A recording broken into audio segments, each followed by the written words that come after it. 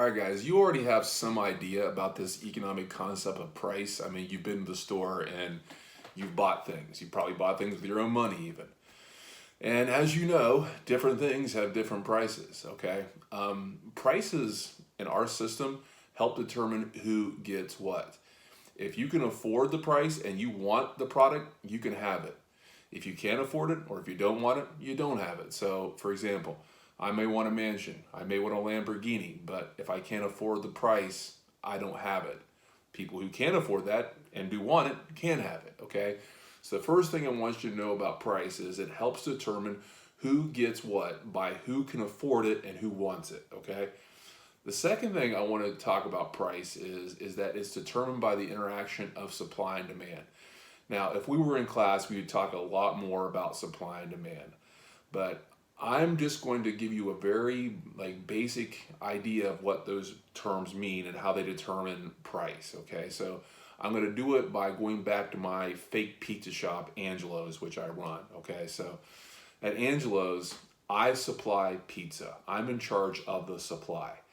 And I, the business owner, want to make a profit. I want to make money. So I would be willing to make more pizzas at a higher price because after all, I want to make a profit. So if I were to make my pizzas $30, I would make a lot of those. Now, here's the weird thing though.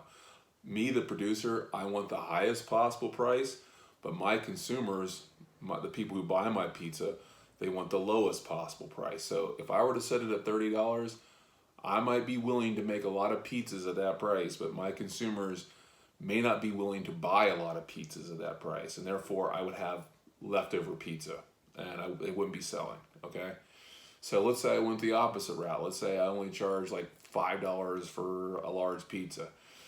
Well, my consumers would love that. They would probably buy those pizzas like crazy. I, however, would probably not be able to make enough pizza to keep up with demand, and so I would have a shortage, okay? So let's look at this. If I set my pizza price too high, it creates a surplus. Nobody's buying. If I set my pizza price too low, too many people are buying, and it creates a shortage. So what has to happen is the price has to match the amount I would supply would be the same amount people would buy, okay? So let's say at $15, I'll supply like 15 pizzas an hour, and 15 pizzas an hour would be demanded. So at that point, the amount supplied will be equal to the amount demanded, and that will be the right price for my pizza. All right, so when you do this next slide, I want you to predict what's going to happen to price. Is it going to go up? Is it going to go down?